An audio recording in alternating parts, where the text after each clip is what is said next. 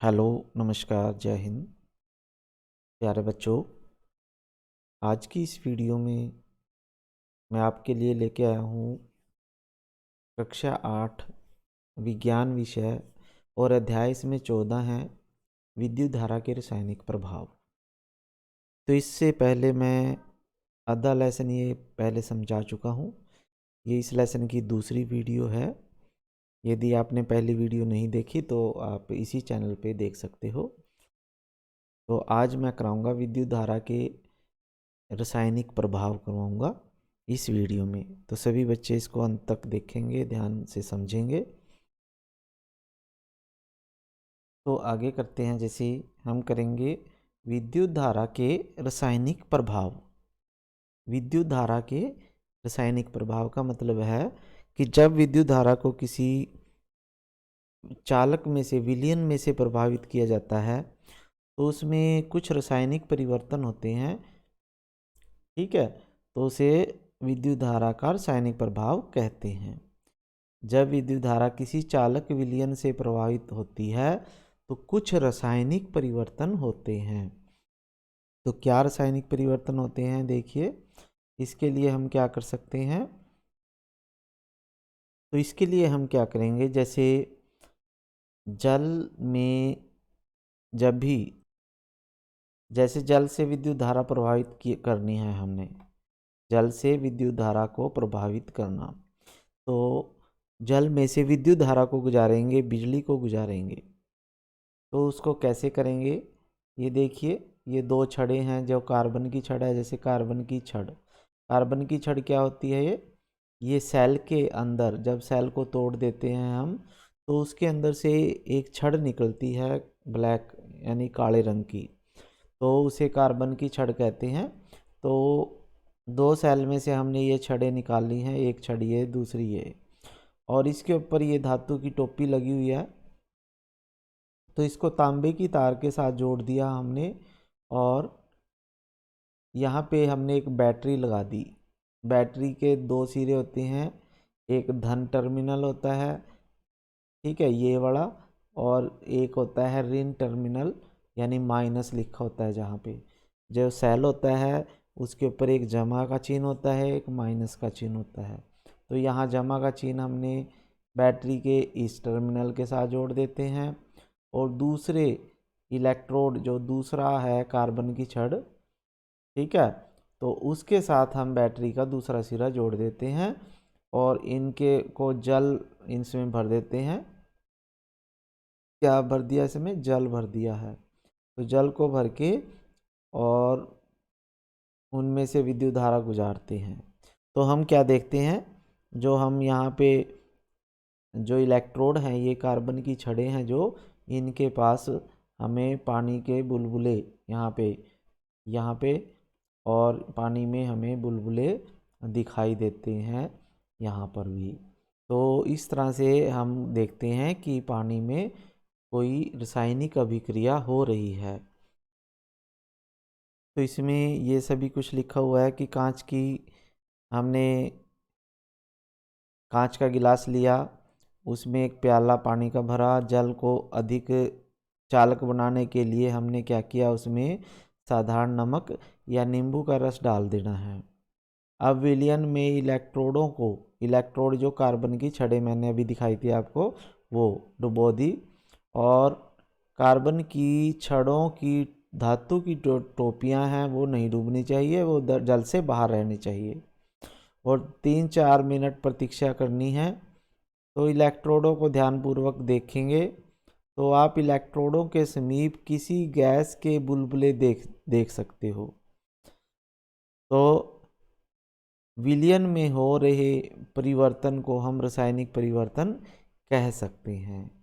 और ये परिवर्तन सबसे पहले किस वैज्ञानिक ने देखा था, ये देखिए आप, ये वैज्ञानिक है हमारे पास विलियम निकलसन।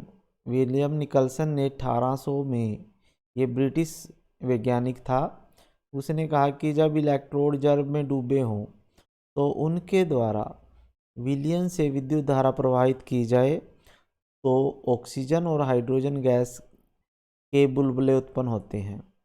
और ऑक्सीजन के बुलबुले बैटरी के धन टर्मिनल से जुड़े इलेक्ट्रोड पर और हाइड्रोजन के बुलबुले दूसरे इलेक्ट्रोड पर बनते हैं जो बैटरी के ऋण टर्मिनल या माइनस टर्मिनल से जुड़े हों। तो ये सबसे पहले 1800 ईस्वी में विलियम निकलसन वैज्ञानिक ने दर्शाया था कि जब भी किसी चालक विलयन में से विद्युत धारा को गुजारते हैं तो या जल में से विद्युत धारा गुजारते हैं तो ऑक्सीजन और हाइड्रोजन गैस उत्पन्न होती है। तो किसी आगे है हमारे पास जैसे तो विद्युत धारा के रासायनिक प्रभाव क्या होते हैं। ये है किसी चालक विलयन से जब विद्युत धारा गुजारते हैं तो उसमें होने पर रासायनिक अभिक्रियाएं होती हैं। इसके फलस्वरूप इलेक्ट्रोडों पर गैस के बुलबुले बन सकते हैं। इलेक्ट्रोडों पर धातु के निक्षेप देखे जा सकते हैं। विलयन के रंग में परिवर्तन हो सकते हैं। तो ये सभी रासायनिक अभिक्रिया उपयोग किए जाने वाले विलयन पर निर्भर करते हैं, इलेक्ट्रोडों पर निर्भर करते हैं। ये सभी विद्युत धारा के कुछ रासायनिक प्रभाव हैं। तो विद्युत धारा के रासायनिक प्रभाव क्या हो सकते हैं कि जब विद्युत धारा गुजारेंगे किसी विलयन में से तो क्या हो सकता है, गैसों के बुलबुले बन सकते हैं या इलेक्ट्रोडों पर धातु के निक्षेप हो सकते हैं या विलयन के रंग में परिवर्तन हो सकता है। और ये सभी क्या हैं, विद्युत धारा के रासायनिक प्रभाव। ठीक है बच्चों, आगे चलते हैं। तो अब आप क्या कर सकते हो, ये क्रियाकलाप करके देखना। आलू की चालकता का परीक्षण करना।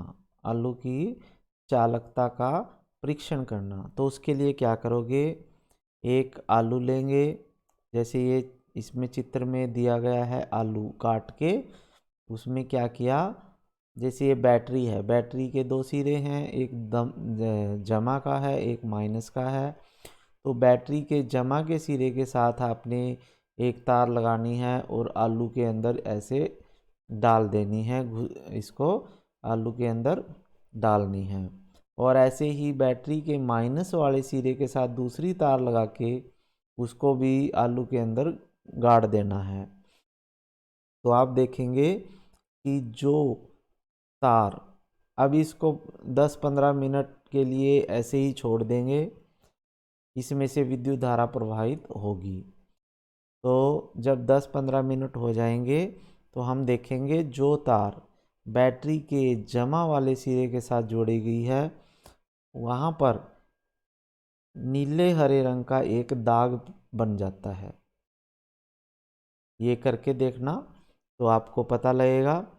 तो इससे हम क्या पता लगा सकते हैं कि जिस तार के ऊपर ये दाग बना, निशान बना, तो वो सिरा जो है बैटरी के धन टर्मिनल के साथ जुड़ा है और माइनस वाले सिरे के साथ कोई भी दाग आलू के ऊपर नहीं बनता। ठीक है, तो ये भी एक रासायनिक अभिक्रिया है, विद्युत धारा का रासायनिक प्रभाव है ये भी। ठीक है बच्चों, आगे चलते हैं। फिर है आगे विद्युत लेपन। विद्युत लेपन किसे कहते हैं, ये भी इम्पोर्टेंट पॉइंट है। विद्युत लेपन का प्रश्न आता है, लगातार कई बार आता है, पेपर में आ ही जाता है ये प्रश्न। तो विद्युत लेपन क्या होता है, एक धातु की सतह के ऊपर दूसरी धातु की परत निक्षेपित करना विद्युत लेपन कहलाता है। यानी जब विद्युत धारा के द्वारा एक धातु के ऊपर दूसरी धातु की परत हम चढ़ा देते हैं तो हम बोल सकते हैं कि ये विद्युत लेपन है। क्या है ये, विद्युत लेपन। अब इसमें देखिए विद्युत लेपन में क्या होता है, ये एक रासायनिक अभिक्रिया है, रासायनिक परिवर्तन है ये भी। विद्युत लेपन दर्शाता सरल परिपथ। तो हम इस तरह का एक परिपथ बनाएंगे। हम क्या लेते हैं, एक कांच का बर्तन ले लेते हैं, ये वाला कांच का बर्तन लिया गया है। इसके अंदर हमने क्या करना है, एक तो ये प्लेट है जो तांबे की प्लेट है, और ये दूसरी भी तांबे की प्लेट है। तो दो हमने तांबे की इस तरह की पत्तियां लेनी हैं, एक ये और दूसरी ये। ठीक है, तो तांबे की प्लेट होती है ये। तो तांबे की दो प्लेट हमने ले ली, और कॉपर सल्फेट विलयन हमने इस बर्तन में डालना है। जो आप नीले रंग का देख रहे हो, तो ये सभी क्या है, ये पूरे का पूरा क्या है, कॉपर सल्फेट का विलयन इसमें डाला गया है। ठीक है, तो कॉपर सल्फेट के विलयन के अंदर हमने दोनों तांबे की तारों प्लेटों को लटका देना है, ऐसे डुबो देना है।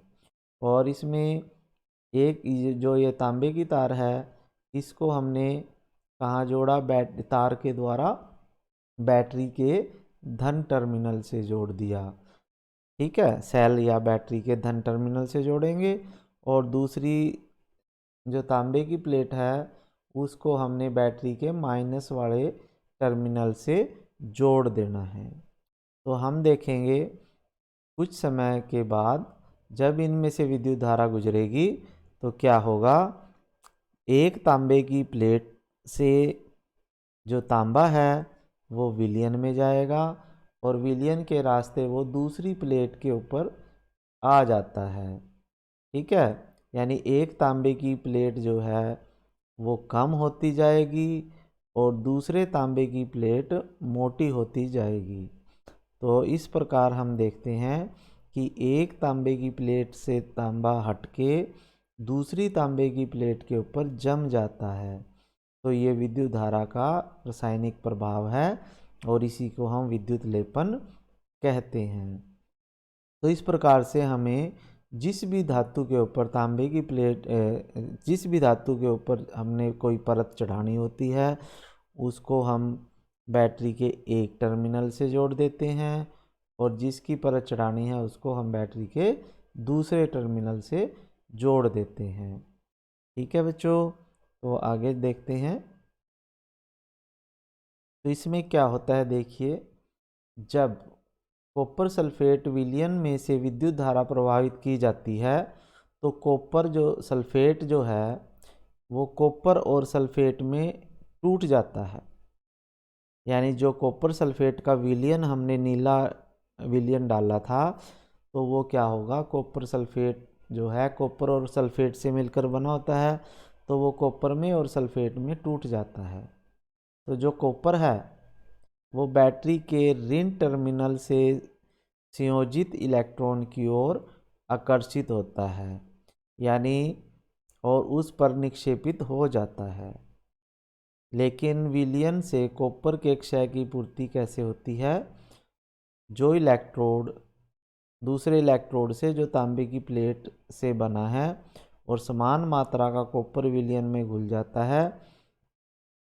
ठीक है बच्चों, तो इसमें क्या होता है, जो कॉपर यानी जो तांबे की प्लेट बैटरी के ऋण टर्मिनल से जुड़ी है तो तांबा उसके ऊपर जमता जाता है, और दूसरी प्लेट जो बैटरी के ऋण धन यानी जमा वाले टर्मिनल के साथ जुड़ी है उस प्लेट से तांबा हटता जाएगा, और ऋण टर्मिनल वाले प्लेट के ऊपर तांबा जमता जाएगा, चढ़ता जाएगा।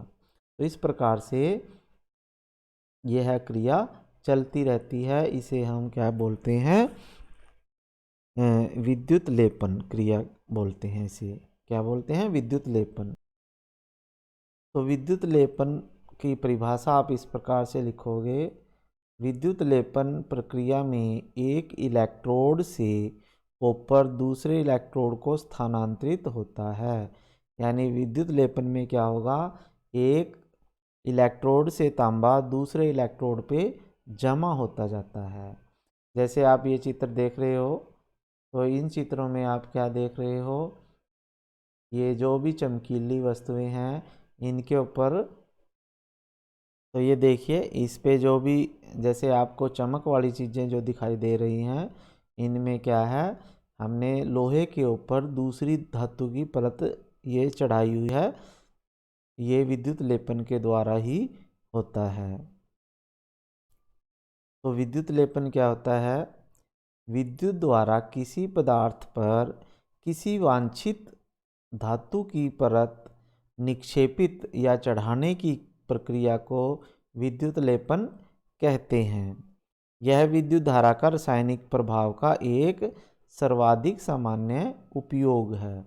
यानी विद्युत धारा का जो रासायनिक प्रभाव है उसका उपयोग है ये विद्युत लेपन, किसी पदार्थ पर वांछित धातु की परत चढ़ाना।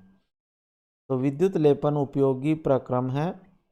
उद्योगों में धातु की वस्तुओं पर किसी दूसरी धातु की पतली परत निक्षेपित या विलेपित करने के लिए इसका व्यापक रूप से उपयोग किया जाता है। तो विलेपित किए जाने वाली धातु की परत में कुछ ऐसे वांछित गुण होते हैं जो उस धातु में नहीं होते जिस पर निक्षेपित किया जाता है। जैसे हम टूंटियाँ होती हैं जो स्नानघर या बाथरूम की जो टूंटियाँ होती हैं चमकीली, तो उनके ऊपर गैस बर्नर होता है। साइकिल का हैंडल है जैसे आप चित्र में भी देख रहे हो, ऊपर पहिए के रिम हैं, इन पर क्रोमियम का लेपन किया जाता है। इनका क्रोमियम का लेपन किया जाता है। जो साइकिल का हैंडल चमकीली जो वस्तुएं हैं ना, जैसे मोटरसाइकिल का रिम है, साइकिल का हैंडल है, तो उनके ऊपर क्रोमियम की परत चढ़ाई जाती है। जो एक तो वो चमकदार दिखाई देता है, ठीक है। ये क्यों चढ़ाई जाती है इनके ऊपर परत? क्योंकि क्रोमियम जो है चमकदार दिखाई देता है, यानी देखने में अच्छा लगता है, और संक्षारित नहीं होता, यानी उसको जंग भी नहीं लगता, ठीक है। तो क्रोमियम जो है लोहे को जंग लगने से बचाता है और बहुत लंबे समय तक वो कार्य करता है, चलता रहता है। और वस्तु किसी सस्ती धातु से बनाया जा सकता है, लेकिन उस पर केवल क्रोमियम की परत ही निक्षेपित कर दी जाती है। यानी नीचे जो होगी वो सस्ती धातु होगी, सस्ता लोहा होगा, लेकिन उसके ऊपर क्रोमियम की परत चढ़ा देते हैं। ऐसे ही जो आभूषण होते हैं, आभूषण बनाने वाले सस्ती धातुओं पर चांदी या लोहे सोने का विद्युत लेपन कर देते हैं। जो नकली जेवर होते हैं, नकली जो आभूषण होते हैं, उनके ऊपर सोने की या चांदी का पानी चढ़ा देते हैं, वो विद्युत लेपन के द्वारा ही करते हैं। अब काफ़ी सारे ऐसे डिब्बे होते हैं जिनके अंदर खाद्य सामग्री यानी खाने की वस्तुओं को रखा जाता है। तो वो डिब्बे लोहे के होते हैं, लेकिन उनके ऊपर टीन का विद्युत लेपन कर देते हैं। और जो टिन है लोहे से कम क्रियाशील होती है, इसलिए उसके अंदर रखे हुए जो खाद्य पदार्थ हैं, खाने का पदार्थ है, वो लोहे के संपर्क में नहीं आता और खराब होने से वो बच जाता है, ठीक है। तो यहाँ भी विद्युत लेपन का उपयोग किया जाता है। फिर है पुलों और स्वचालित वाहनों को प्रबल बनाने के लिए लोहे का उपयोग किया जाता है। तथापि लोहे में संक्षारित होने पर जंग लग जाता है, अतः उसे जंग या संक्षारण से बचाने के लिए लोहे पर जिंक की परत निक्षेपित कर दी जाती है, ठीक है। तो यहाँ पर भी हम लोहे को जंग से बचाने के लिए हम क्या करते हैं, उसके ऊपर जिंक की परत चढ़ा देते हैं, और वो भी विद्युत लेपन के द्वारा ही होता है। तो ये विद्युत लेपन के उपयोग हैं। लेकिन अब विद्युत लेपन का उपयोग तो हम कर लेते हैं, लेकिन विद्युत लेपन जो है कारखानों में उपयोग किए जा चुके जो विलयन बच जाते हैं, उनका निपटारा किया जाना भी एक मुख्य समस्या है। यह प्रदूषणकारी अपशिष्ट पदार्थ है और पर्यावरण संरक्षण के लिए इस प्रकार के प्रदूषकों के निपटार के लिए विशिष्ट दिशा निर्देश दिए गए हैं, ठीक है। तो जो विलयन बचते हैं विद्युत लेपन करने के बाद, यदि हम उनको तालाबों में, पानी में कहीं भी डालते हैं, तो वो विद्युत ने पानी को प्रदूषित कर देते हैं, तो उनका निपटारा भी आवश्यक है, सही ढंग से होना चाहिए। तो इस पाठ में जो हमने सीखा, तो एक तो आप ये देखिए प्रमुख शब्द हैं आपके पास दिए गए, इलेक्ट्रोड, विद्युत लेपन, ठीक है। इलेक्ट्रोड मैंने अभी बताया था पीछे क्या होते हैं, जो बैटरी के धन और माइनस सिरों के साथ जोड़े गए थे उन्हें हम इलेक्ट्रोड कहते हैं, ठीक है। कार्बन की छड़ें जो जोड़ी गई थी। विद्युत लेपन, विद्युत द्वारा एक धातु के ऊपर दूसरे धातु की पर चढ़ाना। सुचालक, जिनमें से विद्युत धारा गुजर जाती है। एलईडी, एलईडी बल्ब होते हैं, इनका नाम होता है लाइट एमिटिंग डायोड। एलईडी की पूरी फॉर्म आती है तो इसका नाम होता है लाइट एमिटिंग डायोड या प्रकाश उत्सर्जक डायोड। हीन चालक, हीन चालक का मतलब कुचालक, जिनमें से विद्युत धारा ना गुजरे। और फिर इस लेसन के प्रमुख बातें आपने क्या सीखी, ठीक है। तो कुछ द्रव विद्युत के सुचालक होते हैं जिनमें से विद्युत धारा गुजर जाती है, कुछ हीन चालक यानी जिनमें से नहीं गुजरे। फिर है विद्युत चालन करने वाले अधिकांश जो द्रव होते हैं वो या तो अम्ल होंगे या क्षारक होंगे और या लवण होंगे, ठीक है। तो अम्ल, क्षार, लवण जो होते हैं उनमें से ही अधिकतर विद्युत धारा गुजरती है। किसी चालक द्रव में विद्युत धारा प्रवाहित करने पर रासायनिक अभिक्रियाएं होती हैं, इसे विद्युत धारा का रासायनिक प्रभाव कहते हैं। तो यहाँ से भी आप परिभाषा लिख सकते हो, विद्युत धारा का रासायनिक प्रभाव किसे कहते हैं। फिर विद्युत लेपन किसे कहते हैं, इसकी भी आप यहाँ से आंसर लिख सकते हो। विद्युत धारा द्वारा किसी पदार्थ पर वांछित धातु की परत निक्षेपित करने की प्रक्रिया को विद्युत लेपन कहते हैं, ठीक है बच्चों। तो आज की इस वीडियो में ये लेसन पूरा हो गया। ये लेसन की 2 वीडियो हैं, एक इससे पहले की वीडियो और एक ये वीडियो, तो आप इसी चैनल से वो देख सकते हो। तो अगर वीडियो अच्छी लगी तो आप इसे लाइक कीजिए, चैनल को सब्सक्राइब ज़रूर कर लीजिए, घंटी के बटन को भी दबाइए और अपने दोस्तों के पास इसे ज़्यादा से ज़्यादा भेजिए ताकि वो भी इसका फ़ायदा उठाएं, ठीक है बच्चों। फिर मिलेंगे नेक्स्ट वीडियो के साथ, तब तक के लिए आपको जय हिंद।